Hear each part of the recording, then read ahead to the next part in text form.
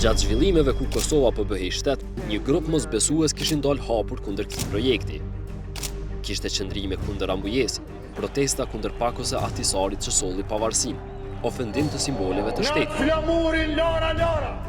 Parashikime për mos formimin e ushtrisë së Kosovës. Kosova nuk do të ketë ushtri, nuk jemi shtet normal.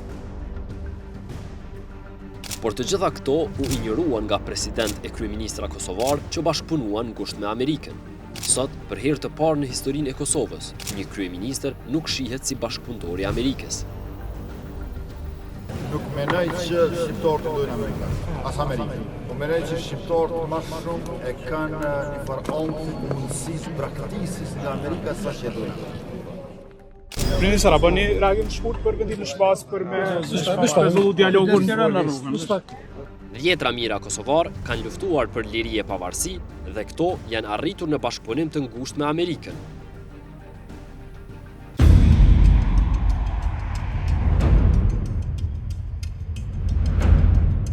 Shtetet e Bashkuara të Amerikës janë arsyeja pse Kosova ushtrirua e më pas u bë shtet.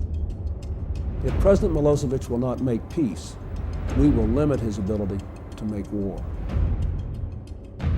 Por vetëm pak dekada më parë, Kosova nuk kishte ambasadë në Washington, nuk kishte shtet, por vetëm zë politik dhe moral përmes diasporës në Amerikë. Megjithatë, me të gjitha këto mangësi, arriti t'ia hap syt perëndimit dhe në bashkëpunim me ta u formua shteti i Kosovës. Sot, Kosova është shtet me buxhet 3 miliard euro në vit, me ambasada në vendet perëndimore dhe me institucione të konsoliduara, por qeveria Kurti që po udhëheq me Kosovën nuk është më partner i besueshëm i SBA-s, madje së fundmi u pezullua edhe dialogu strategjik mes shteteve. Kjo nënkupton se diskutimet dhe raportet diplomatike në mes të SBA-s dhe Kosovës lidhur me temat si mbrojtja, siguria, mjedisi, energjia, bashkëpunimi ekonomik e tjera do të pezullohen për një periudhë të pacaktuar. Marrëdhëniet mes SBA-s dhe Kosovës nuk kanë qenë kurrë në pikën më të ulët.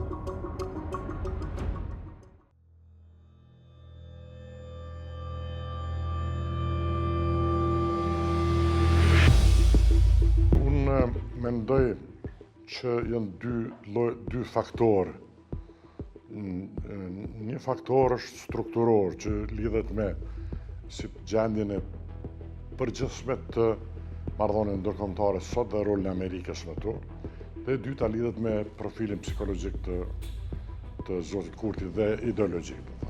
Modeli ideologjik dhe profili psikologjik. E dyta se përket profilit psikologjik dhe ideologjik do thotë Albin Kurti e kam përcjell një kohë, kam pas edhe muhabet tafët do të thëja dhe disa vite, dhe kam lexuar, e kam përcjell, dhe zoti Kurti është anti-imperialist i ekstremit të majt, me kuptim mbi gjitha anti-amerikanizmin, dhe ka bindje, do thotë ai, dhe një rreth i caktuar që i njerëzve, do thotë literatura që lexojnë, diskursin që ka zhvillu dhe që e zhvillojnë, është, do të thotë, se anti-imperializmi ka lloj-lloj rrymash ideologjike që quhet ajo fryma Seattle, të bimin Seattle, por ky i takon rrymës ekstreme të majt, do thotë që ajo nuk ndryshon, do thotë sepse ajo është bindje dhe ai këtë vazhdon ta mshef dhe e kam shef prej kohës që vjen pushtet duke ditë sentimentin e përgjithshëm të popullit të Kosovës, me qëllim që me rujt votën. Politikisht kjo, do thotë, kjo është jashtëzakonisht, do thotë, legjitime dhe deri ku të shkon vazhdon dhe në një moment, do thotë, e kupton që megjithatë edhe ideologjia ka kufit e vet.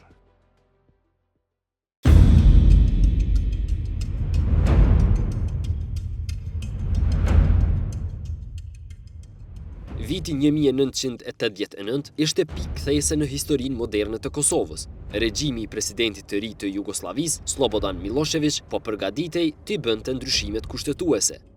Në shkurtin e vitit 1989, 1300 minatorë zbritën në horizontin e 8 të minjerës së Trepçës dhe grevuan aty në shenjë proteste, duke refuzuar të dilnin derisa kërkesat e tyre të merreshin parasysh. Megjithatë, Milošević përmes ndryshimeve kushtetuese suprimoi autonominë e Kosovës duke ia marrë kompetencat ekzekutive, legjislative dhe gjyqësore.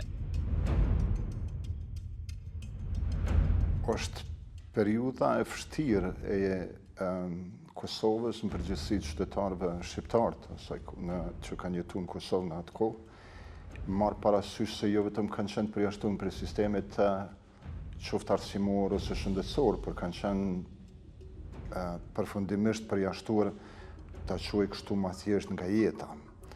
Në kuptimin që ma nuk e kishin një vend ose një shtet të tyre, sepse shteti atëherë ajo pjesë që mbeti nga Jugoslavia ishte shteti armiqësor i tyre, pra shteti që ka shtyp dhe ka bë represion mbi ta. Politikanët shqiptarë me votën për suprimimin e autonomisë së Kosovës shuan karrierën e tyre politike, por një lëvizje e re politike lindi në horizont. Ishte lidhja demokratike e Kosovës në krye me Ibrahim Rugovën. Dallimi është si nata me ditë, do thotë diametralisht i kundërt. Rugova ka qenë intelektual, do thotë i krahasim me Putin, jashtëzakonshëm, do thotë që s'mund të është i pakrahasueshëm. Ta zonë, po t'i lexosh veprat e tij, unë edhe kam shkruar për te në një botim që tash u botu nga Fondacioni Ibrahim Rugova, njëse, do thotë për përfasimin politik të konceptit e tij të vepra e refuzimit estetik, fillimisht si shkrim, e pastaj edhe si libër, është doktrina e abatit Sies, doktrinarëve liberal, racional, do të revolucionit francez, ajo që ma vonë është grupi Kopetit, do të kanë qenë dhe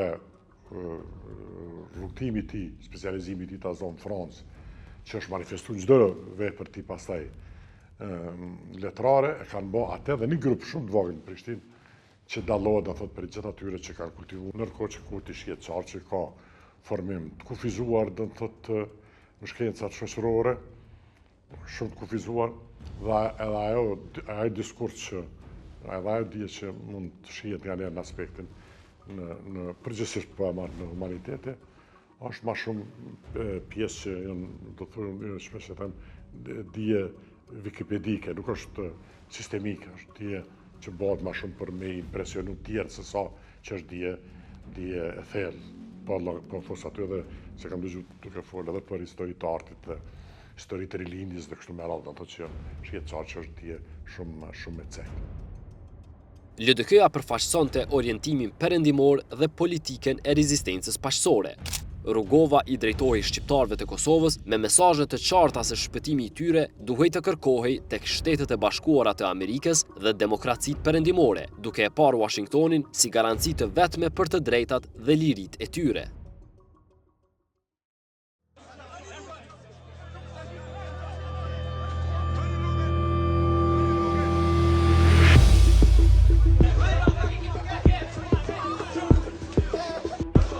Goditjet në nënbrez për shqiptarët e Kosovës vazhdonin.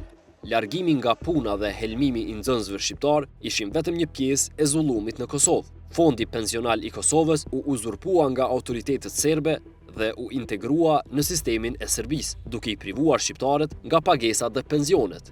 Ekonomia e komanduar si karakteristik e shteteve social-komuniste mbante gjallë popullin ku thuajse të gjithë punonin në sektorin publik. Brenda pak muajsh, përmes masave të dhunshme si njiheshin, Miloševići largoi nga puna mbi 100.000 shqiptarë të Kosovës. Mësuesit, mjekët, inxhinierët, juristët, punëtorët e fabrikave dhe të tjerë mbetën pa rroga. Gjatë asaj periudhe, më shumë se 7.000 nxënës në Kosovë ishin helmuar nga Serbia në bankat shkollore. 8 vjetët e ardhshme ishin periudha më e vështirë ekonomike në historinë e Kosovës moderne. 8.000 shqiptarë derdheshin nëpër burgjet e Jugosllavisë si të burgosur politik në krye me simbolin e tyre Adem Demaçin. Familjet shqiptare jetuan në kushte të rënda varfrie, të mbështetura kryesisht nga remitencat e mërgatës dhe nga ekonomia e vogël private.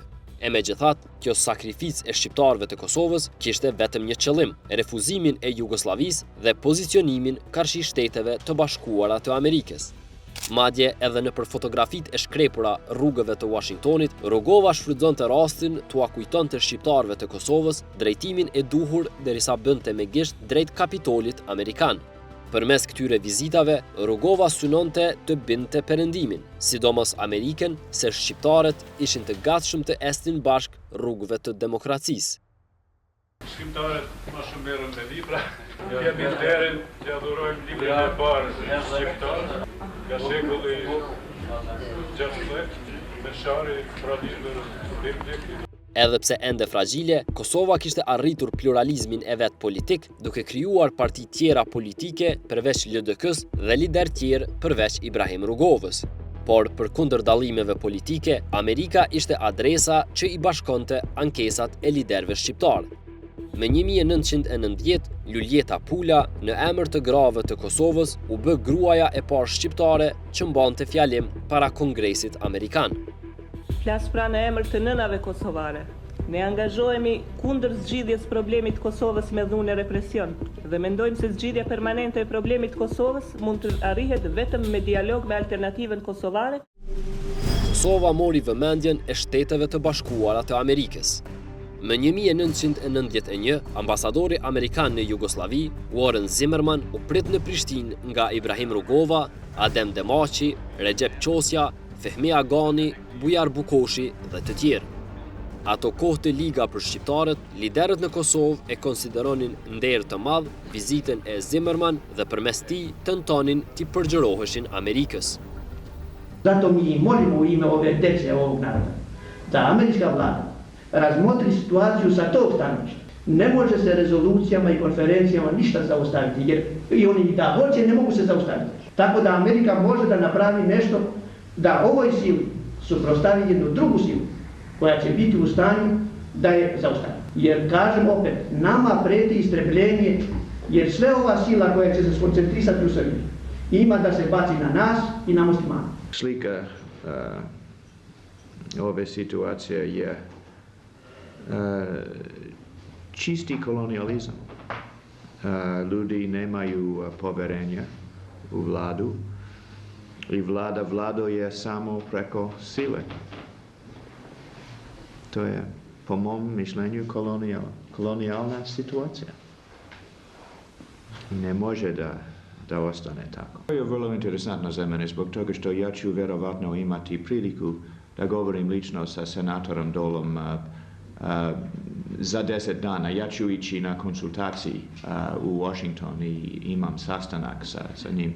Ja mogu da govorim sa njim o ovim problemima koji razumem vrlo dobro. Ky leadership pa ambasadë në Washington kishte arritur që paraprakisht ta sillte në Prishtinë një prej figurave më të rëndësishme politike në Amerikë.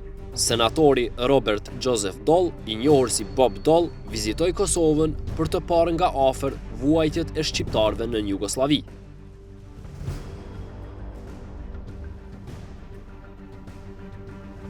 Protestat popullore jashtë hotelit Grand dëgjoheshin brenda diskutimeve të leadershipit kosovar me senatorin amerikan Bob Dole. Kam qytur Angeli Gabriel për faktin se vizita e tij e përçoi një mesazh dhe tonët e morrin një mesazh.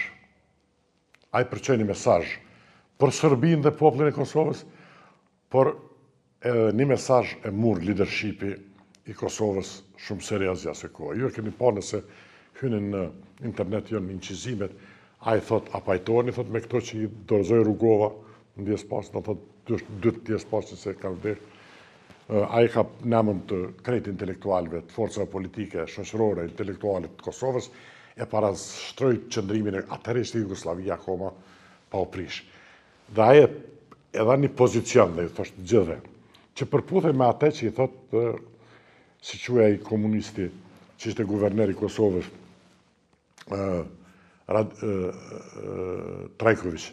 Trajković ishte qitë Miloševići, me prit dhe i tha demokracia do të vjen Kosovë, deshet jo se s'deshet. A i thoshte me cinizëm edhe ne jem për demokracisi, kem dëgju ne ato dhe për sundim të ligjit, do të thot kënej dhuna ishte në maksimum. Dhe ai mesazh ishte ky, që Kosova duhet të artikuloj që përputhet edhe me memoare që ma vëri kam bëtu për shembull Warren Zimmerman ose për shembull James Perdue ose Holbrook ose Madeleine Albright, gjithë këta përputhej Diogardi. Jashtë, policia serbe mori një aksion për ta zbrapsur masën. Në mesin e protestuesve ishte edhe Faik Recep, që për dallim prej tjerëve s'luajti vendi, duke mundsuar realizimin e një fotografie epike për t'u skalitur përgjithmonë në vepër arti si histori për brezat e rinj.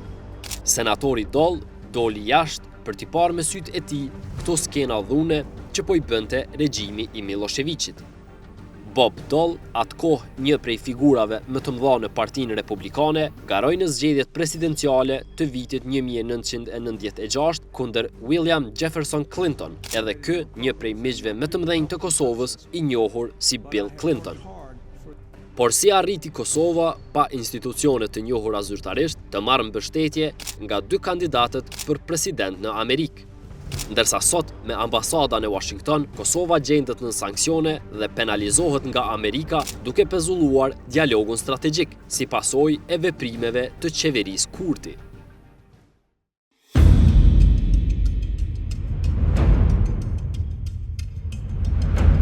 Paralelisht, në vitet e 90-ta, një ushtri guerile po formohej. Gjatë gjithë viteve të 90-ta, politë serb zullumçar të regjimit të Miloševićit po sulmoheshin nga dikush që NATO-n e shihte si aleatin e vetëm, por edhe besonin se liria vjen përmes grykës së pushkës. Kur u pa se nuk ka zgjidhje tjetër përveç luftës, kjo ushtri guerile doli publikisht në skenë në 28 nëntor 1997. Lindi ushtria për shërimin e Kosovës si e vetmja forcë.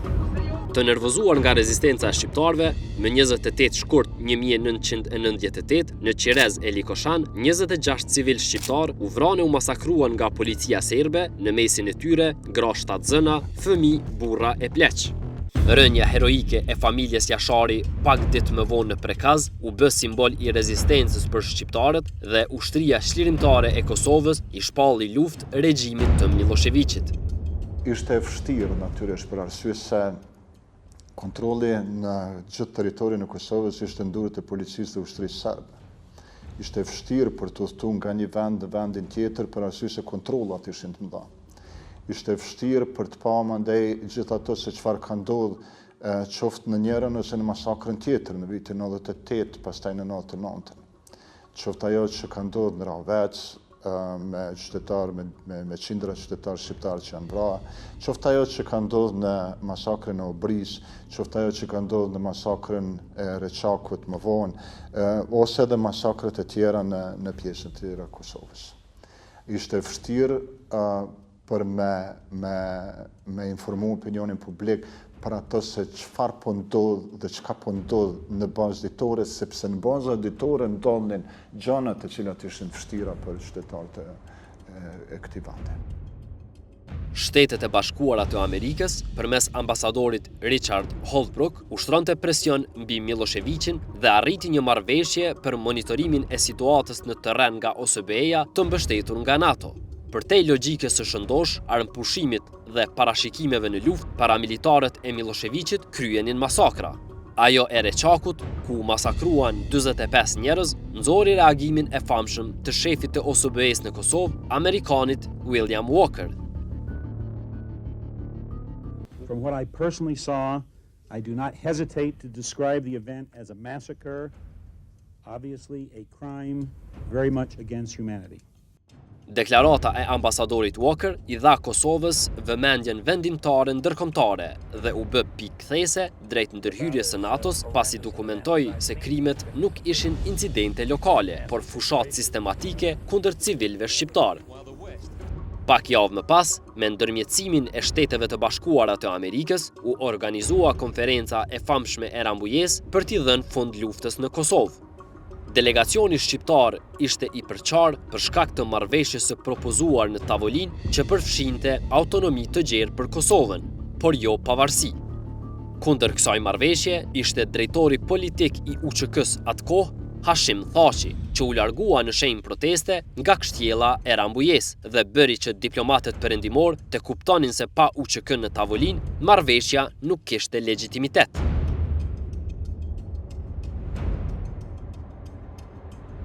Zoti Thaçi iku për shkak se ai nuk ishte vetvetja.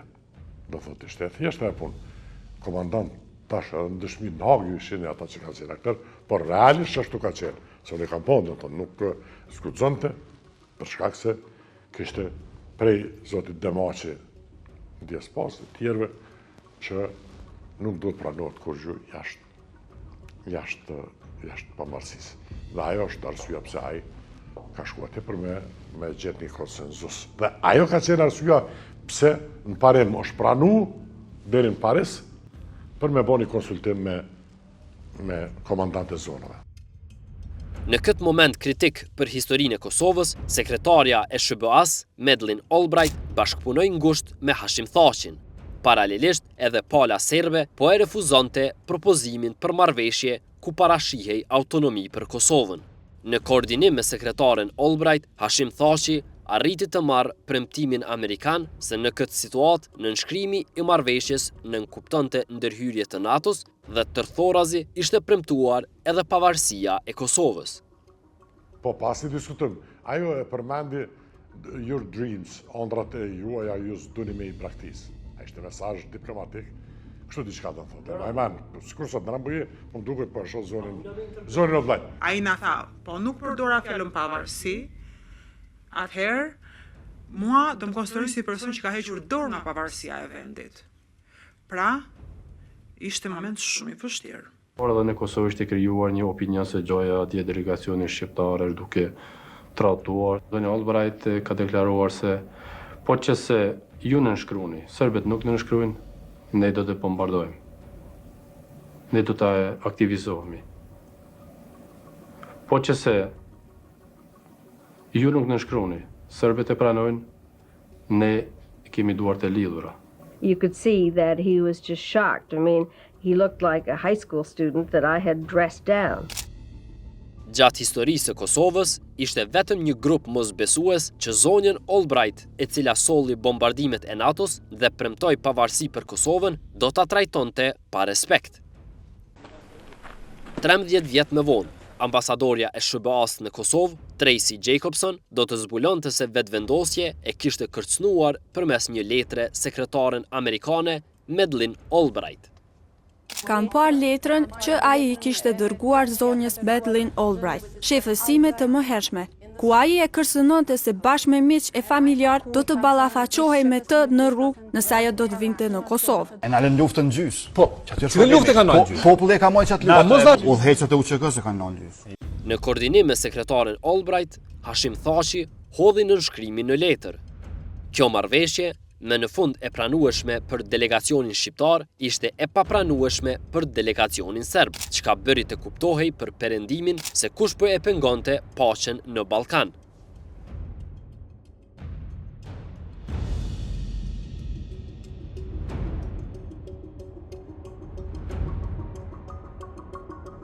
If President Milosevic will not make peace, we will limit his ability to make war. And last month, with our allies and Russia, we proposed a peace agreement to end the fighting for good. The Kosovar leaders signed that agreement last week. Even though it does not give them all they want, even though their people were still being savaged, they saw that a just peace is better than a long and unwinnable war. Remember, we asked them to accept peace, and they did. We asked them to promise to lay down their arms, and they agreed. We pledged that we, the United States and the other 18 nations of NATO, would stick by them if they did the right thing. We cannot let them down now. The NATO strategy was clear. We give Milosevic a deadline to remove his forces, to stop ethnic cleansing. And if that deadline is not met, then yes, NATO is not a paper tiger. It has to be able to follow through with the limited but resolute. I was suggesting we bomb Belgrade. I was suggesting that we send American pilots in and blow up all the bridges on the Drina. I was suggesting we take out his oil supplies. I was suggesting very specific action. Me 24 mars 1999 filluan bombardimet. Pas 78 ditëve bombardime të papërballueshme, Milošević pranoi negociata që prodhuan marrëveshjen e Kumanovës, ndërsa oferta e Rambujës më nuk ishte në tavolinë. You have to leave within 30 minutes, and it's 11 o'clock now. That's the end of the discussion. You have now 28 minutes. Forcat serbe largoheshin krejtësisht. NATO mori kontrollin e plot ushtarak në Kosovë dhe vendi kaloi nën administrimin e OKB-s. Premtimi amerikan u realizua. Kosova u çlirua. Shtetet e Bashkuara gjithashtu kërkuan demilitarizimin e UÇK-s, por në koordinim me ta, liderët shqiptar pranuan me premtimin se UÇK-ja do të shndrohej në trupat mbrojtëse të Kosovës e më vonë në forcën e sigurisë së Kosovës. Kosova nuk do të ketë ushtri. Ndihemi jashtëzakonisht i emocionuar dhe ndihemi jashtëzakonisht vendosur. Kjo është ushtria e paqes, se vjen paqe. Është ushtria e shqiptarëve të Kosovës, e serbëve.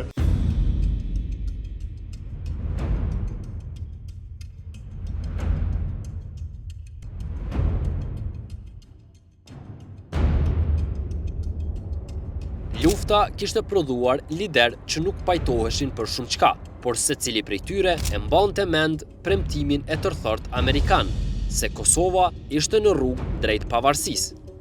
Dallimet e liderëve humnin para kërkesave amerikane për demokratizimin e vendit, prej krijimit të institucioneve të përkohshme, korniza kushtetuese, raporti i Kai Eides, bisedimet për statusin e deri tek plani i Ahtisarit.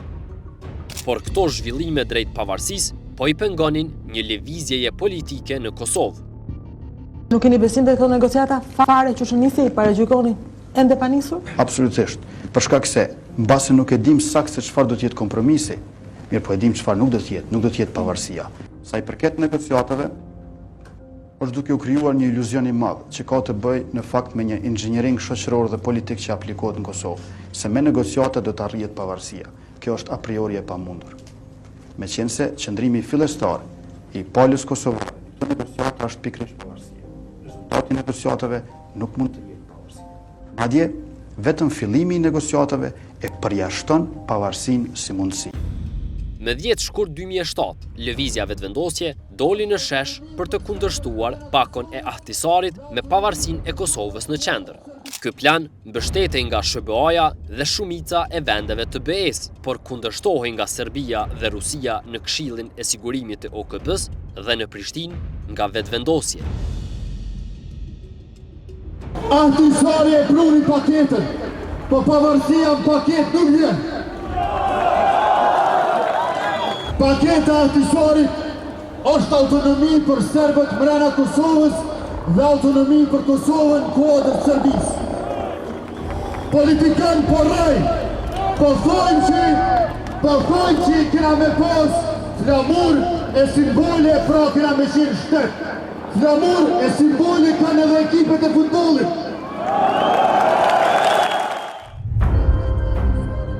Në këtë protest, u vranë 2 aktivistë të vetëvendosjes, Arben Gjeladini dhe Mon Balaj, me trumbetimin se pakoja e Ahtisarit nuk sjell pavarësinë. Por kjo kauzë e rrejshme u vërtetua nga deklarata e presidentit amerikan George W. Bush në Prishtinë dhe zhvillimet pas deklaratës përgjatë vitit. At some point in time, sooner rather than later, you got to say enough's enough. Kosovo's independent. Por këto fjalë premtuese të presidentit amerikan që rrjedhin qysh nga konferenca e Rambujës nuk e bindnin Albin Kurtin, kryeministrin e ardhshëm të Kosovës, i cili gjithherë më shumë po dilte kundër projektit amerikan që quhej Kosova shtet.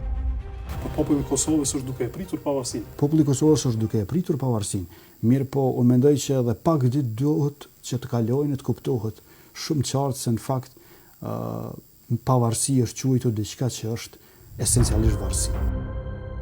Kjo deklaratë e Kurtit në Rubikon të KTV-s ishte dhënë me 14 shkurt 2008, 3 ditë para realizimit të premtimit amerikan për pavarësi, duke u mbështetur mbi planin e ahtisarit dhe parimet e demokracisë, të drejtave të njerëzit dhe mbrojtjes së komuniteteve. Ish lideri i delegacionit shqiptar në Rambuje 9 vjet më parë, Hashim Thaçi, tash kryeministër, lexoi deklaratën e pavarësisë së Kosovës më 17 shkurt 2008. Duke nderuar të gjithë burrat dhe gratë që bën sakrificat e mëdha për të ndërtuar një të ardhme më të mirë për Kosovën. Ne, udhëheqësit e popullit ton, të zgjedhur në mënyrë demokratike, nëpërmjet kësaj deklarate shpallim Kosovën shtet të pavarur dhe demokratik.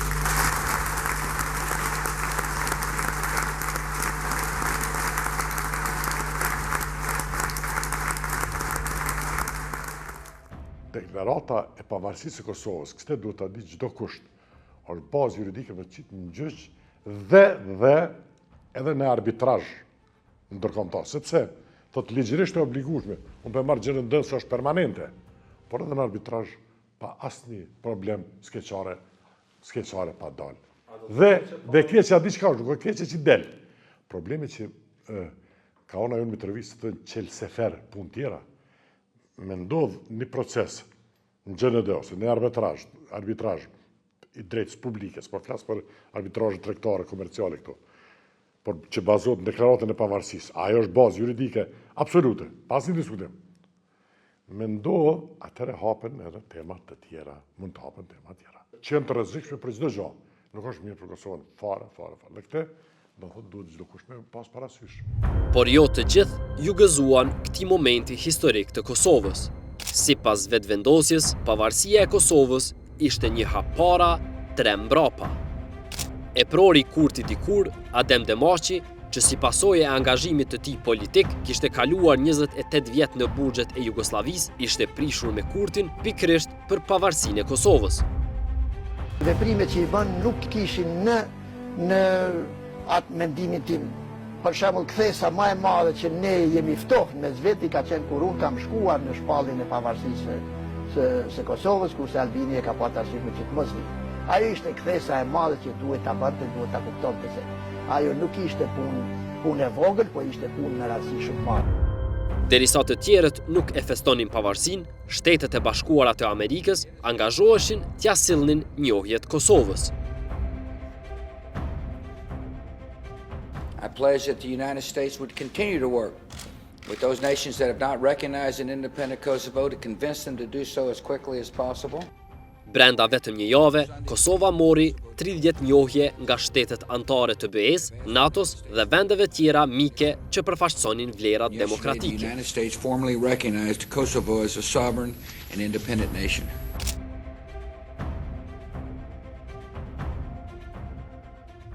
Por sot e kësaj dite, antarë të lëvizjes vetëvendosje flasin për një tjetër republikë. Gjatë një fjalimi në kuvend më 2014, Kurti theksonte nevojën e Republikës së tretë. Republika e dytë e Kosovës nuk do të mbjetoj kështu. Ne duhet të kalojmë të një transformim i shtetit ton nga privatizimi abuziv që fabrikat i shndrojnë në qendra tregtare të shteti zhvillimor që ekonominë e orienton prodhim.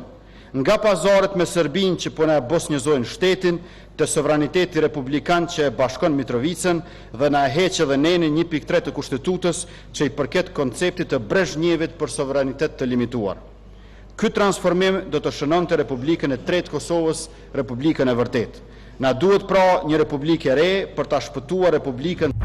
Por a mund të realizohet Republika e tretë siç ka proklamuar Albin Kurti, ku flet për ndryshime kushtetuese, dhe a mund të bëhet kjo realitet pa mbështetjen e shteteve që e ndihmuan Kosovën të bëhet shtet?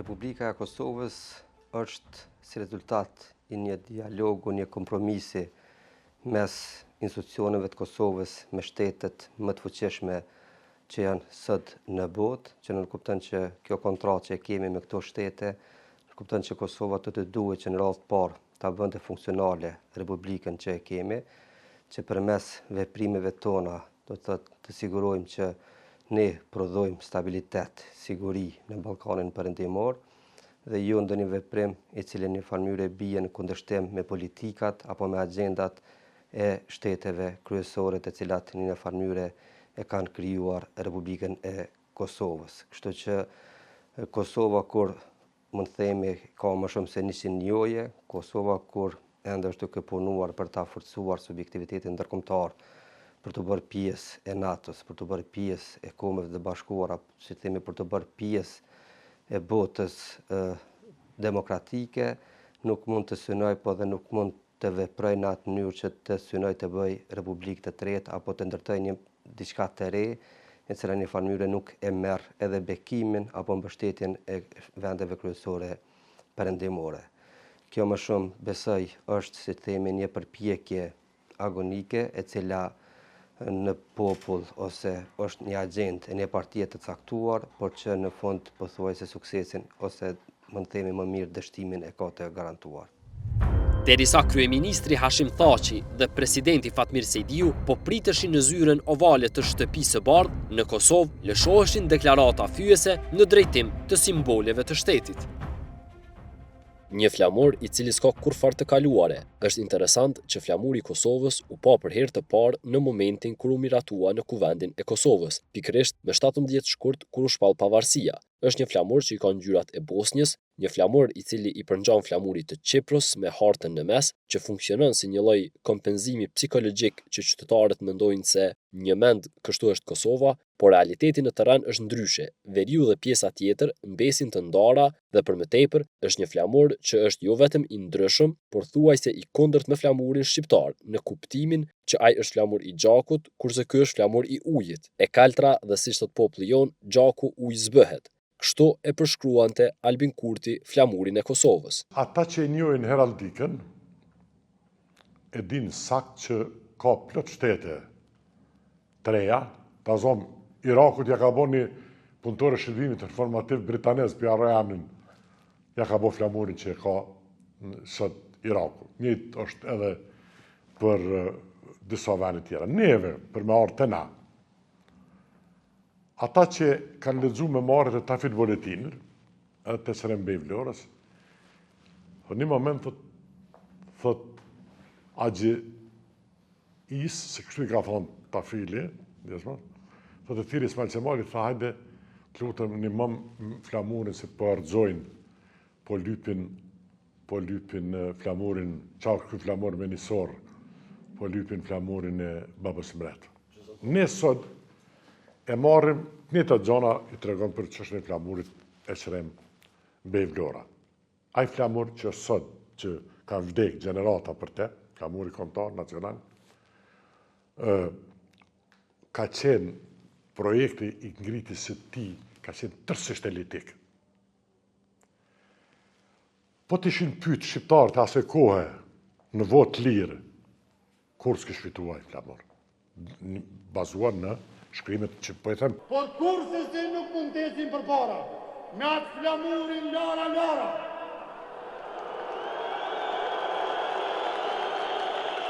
Me atë flamurin Lara, që e kanë nxjerrur nga Stojca, këta tregtar flamujsh.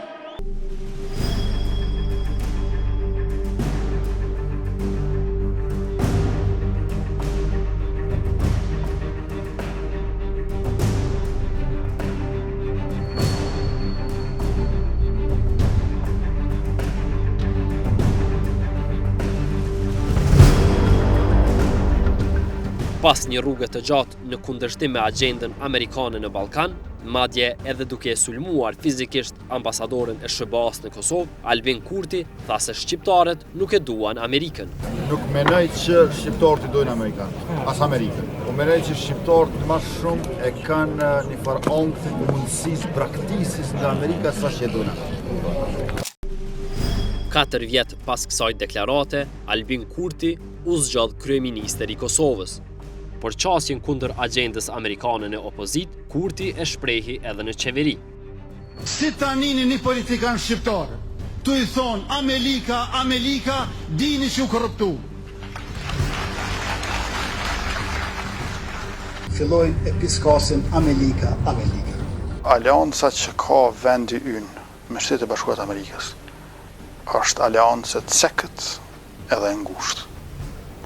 është aleancë për të kaluarën, është aleancë për intervenimin e NATO-s që ka ndodhur para 17 vjetësh, dhe është aleancë për shpalljen e pavarësisë që ka ndodhur para 8 vjetësh, dhe është aleancë për njohjet ndërkombëtare. Nuk është aleancë për të ardhmen, nuk është aleancë e thellë, nuk është aleancë e gjerë. Ne kemi nevojë. Çka do thotë kjo, nuk është aleancë për të ardhmen? Nuk është aleancë për kombëtarizimin e shtetit, por për ndërkombëtarizimin e shtetit, thosë jemi në vitet e 90-ta.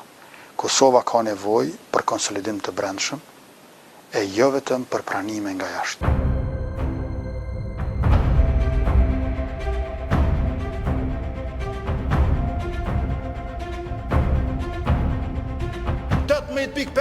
Kontër globale jepja, se nresim aleancën me Amerikën, për do kypa, nuk nresim aleanca me do kypa.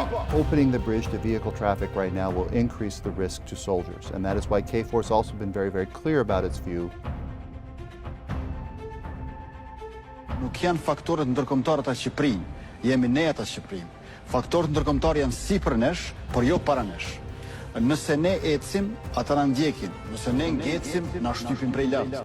Por a ishin ndërkombëtarët sipër kryeministrave e presidentëve kosovar apo esnin me ta, sipas filozofisë së Albin Kurtit?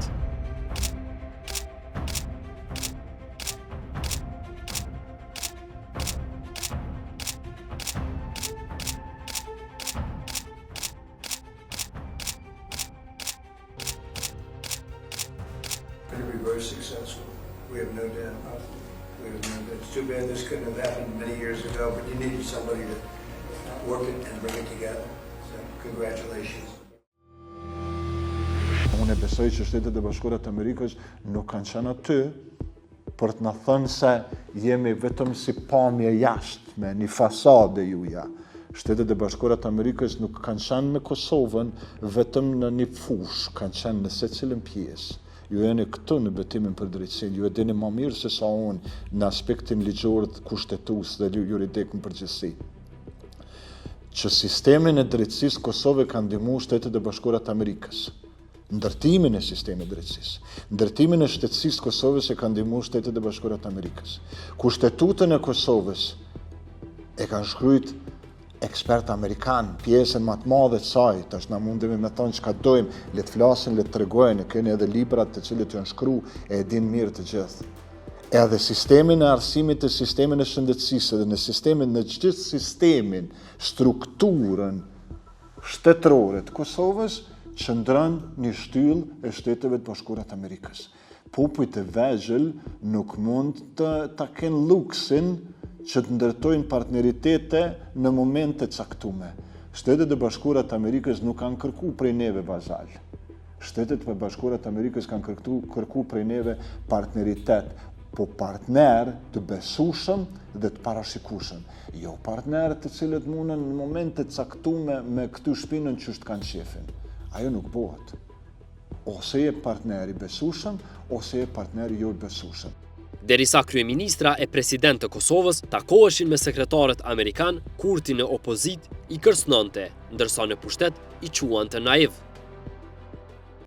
Kjo sepse sekretari amerikan i shtetit, Antony Blinken, kishte kërkuar që të ndalohen masat e dhunshme në veri, ndërsa në kohën kur lideret kosovar po punonin ngushtë me Shtetet e Bashkuara të Amerikës, policia e Kosovës kishte arrestuar zyrtarin e qeverisë në Serbi, Marko Đurić.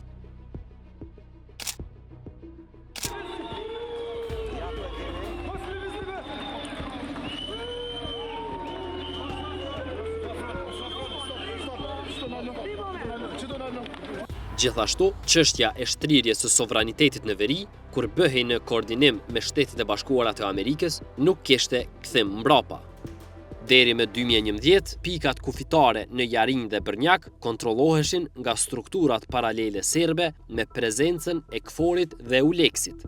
Në koordinim me Shtetet e Bashkuara të Amerikës, policia e Kosovës kreu një aksion surprizë për t'i marrë në kontroll pikat 1 dhe 31.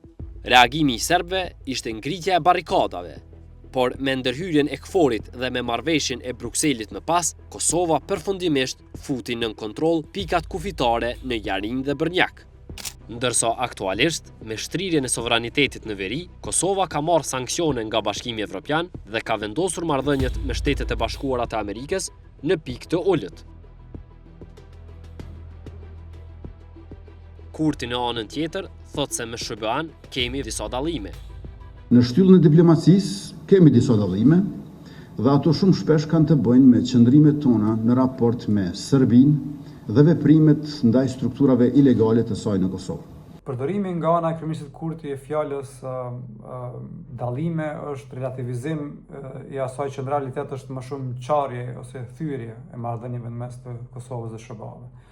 Pra kemi qarje në nivel strategjik të kuptimit të prioriteteve, pra trajtimi i SHBA-ve si një farë lloj partneri të cilit Kosova mund t'ia diktoj strategjinë e saj, apo si shtet i cili nuk po respekton mjaftueshëm sovranitetin e Kosovës, besoj ndër vite ka sjellë për një lloj frustrimi të madh në SHBA.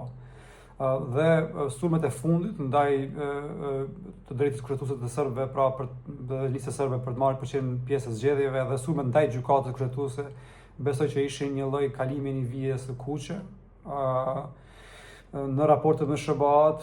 Dhe në këtë kuptim edhe suspendimi i dialogut strategjik mund të kuptohet vetëm si një mesazh i qartë politik i parë ndaj Kurtit, si hap paralajmërues për ndëshkimet më vonshme.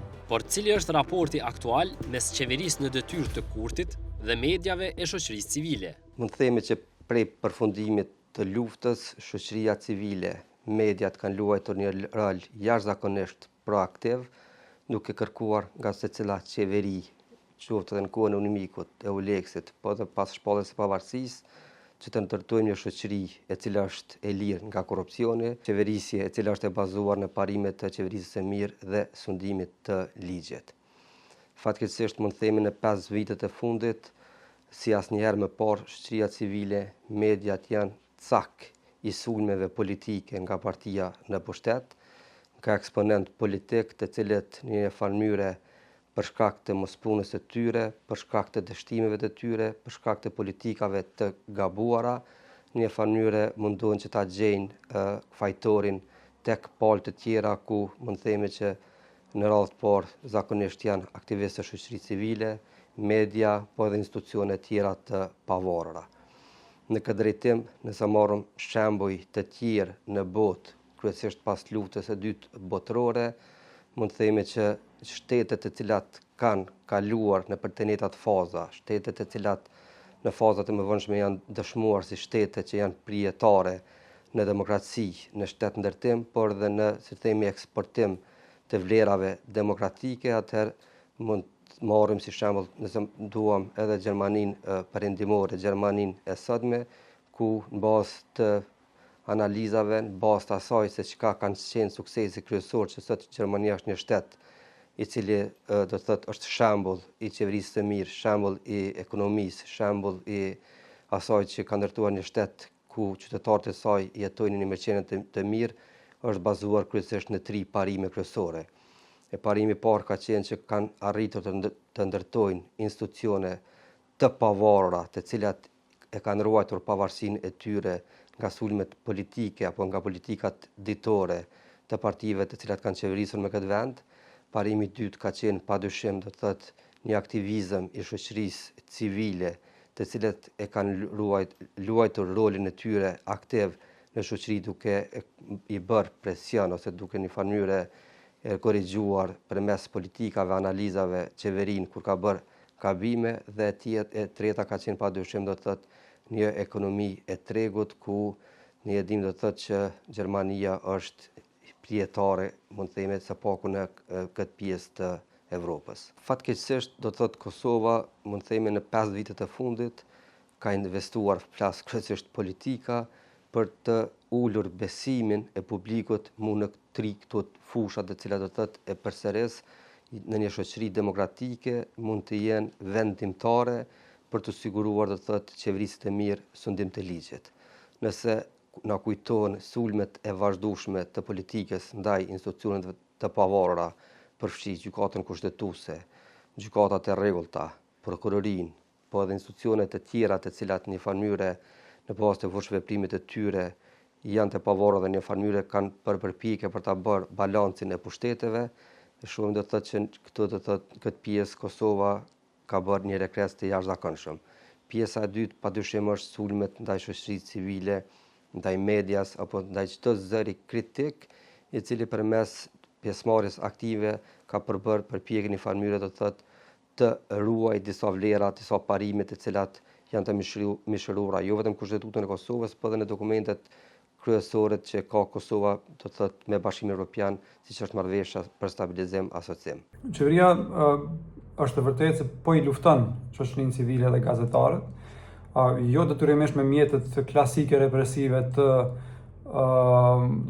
instrumenteve të shtetit, pra të ndalimit të veprimtarisë së tyre, por është një përpjekje sistematike që po zgjat me vitet të tana e delegjitimimit të tyre. Pra i trajtimit të tyre si armiq, si agent të shteteve të Serbisë ose shteteve të huaja, dhe përmes këtij delegjitimimi, ajo i bën ato shoqërinë civile dhe mediat shënjestër të militantëve të partisë, pra në retorikë publike, dhe e humb besimin dhe kredibilitetin e njerëzve në media. Në këtë formë qeveria mbron vetëm prej kritikave.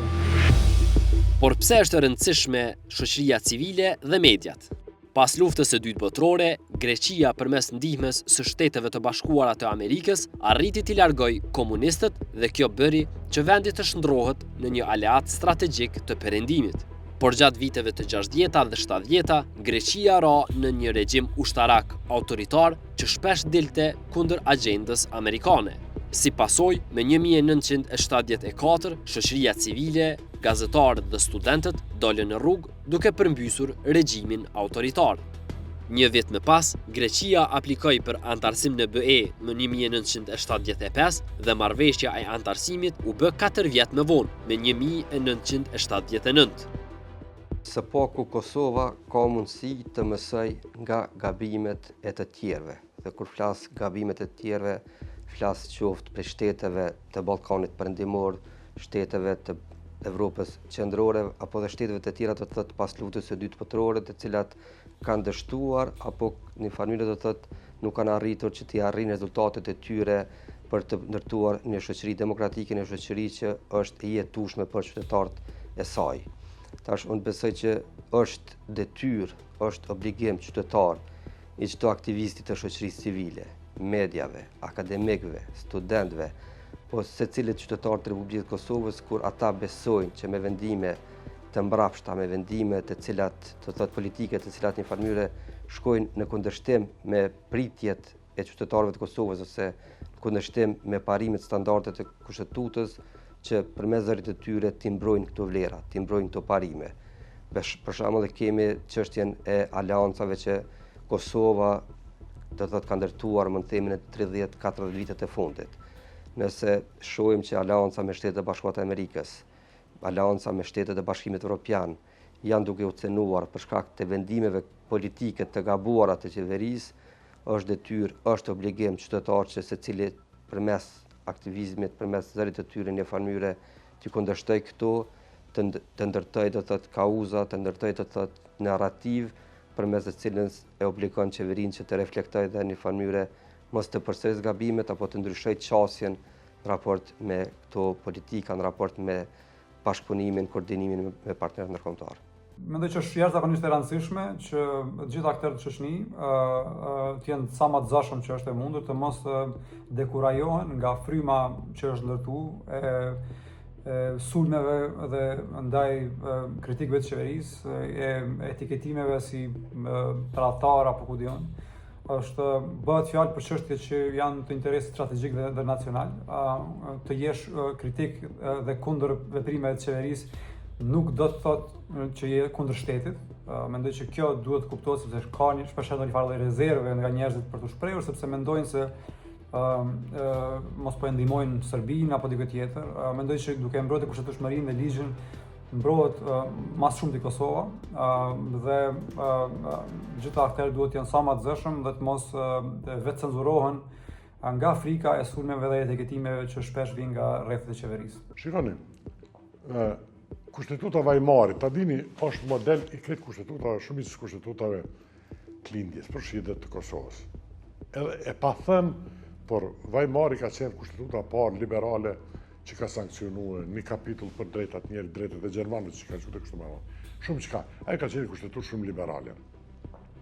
Mbi bazën e asoj kushtetutë Hitleri ka ardhur pushtet dhe ka shkatruar. Gjermanët kanë një dispozit drejtën për rezistencë, kanë drejtë kushtetuese. Dhe ajo është bë me qëllim që mos me lënë me përsërit. Frika ka qenë atë sepse ka qenë një prej do këtë për këtyre gjenerale Amerikanë, thëtë kanë përpës kush ka qenë nazist, po thoi kretë jo atër, kështu të shka si në hajgare, thëtë kretë të këshim vdek, ka qenë shumë indoktrinimi, ka qenë jashtëzakonshëm, prandaj dhe është bo denazifikimi. Normal, skrasohet kohën mbi Gjerman, që ka qenë dhe është ABC-ja e geopolitikës prej unifikimi 1870-ës deri këtë moment që po flasim. Gjithë shka është lidhet me rolin dhe pozitin e Gjermanisë. Mendoj që një dispozit t'il ndoshta s'ke qenë kesh pezon me bo edhe të na. Sepse ka shumë mundësi, sistemin kushtetues do thotë lejon mundësi edhe pse tash jem në një monitorim tjetër dhe ka kontroll dhe balans ka megjithatë që dukshëm e kufizon. Por sistemi kushtetues demokratik mund vetë çdo herë në rrezik nga politikat që do thotë nuk din për kushtetues dhe ligj që sot cilësohen si populiste. Qoftë provencës majt ose të djathtë. Këto djathtat, populizmat e djathtë, po shihet qartë që janë treguar ma receptiv ndaj sistemit kushtetues, ma tolerant, kanë mbledh në një moment caktuar. Historia e Kosovës është dëshmi e qartë se orientimi ka Shtetet e Bashkuara të Amerikës ka qenë busulla që ka nxjerrë popullin ton nga errësira e shtypjes dhe ka hapur rrugën drejt lirisë së shtetësisë. Në çdo kthesë historike, prej suprimimit të autonomisë, luftës e rambujes, standardeve para statusit e deri te shpallja e pavarësisë, Amerika ka qenë partneri i pazëvendësueshëm që e ka bërë të mundur ëndrrën e shumë brezave. Shpallim Kosovën shtet të pavarur dhe demokratik. Kjo aleancë nuk është vetëm politike, është një lidhje morale e ndërtuar mbi sakrifica, besim dhe aspirata për liri. Sot, kur raportet me SHBA-n gjenden në pikën më të ulët, është e domosdoshme të kujtojmë se pa këtë miqësi nuk do të kishte Kosovë të lirë e as shtet të pavarur. Politika ditore, interesat e ngushta apo retorikat e momentit nuk mund të sakatojnë të vërtetën historike se Shtetet e Bashkuara janë themeli mbi të cilin u ndërtua shteti ynë. Çdo devijim nga ky orientim është devijim nga vetë ekzistenca jonë si republikë. Prandaj, në vend të retorikës që sjell tensione me partnerin ton strategjik, udhëheqësit dhe qytetarët e Kosovës duhet ta ruajnë dhe ta forcojnë këtë lidhje të shenjtë. E ardhmja e Kosovës nuk mund të imagjinohet pa Amerikën. Kjo është thirrja e historisë, ky është obligimi i brezave dhe kjo është garancia e vetme që Kosova të mbetet pjesë e botës së lirë dhe demokratike.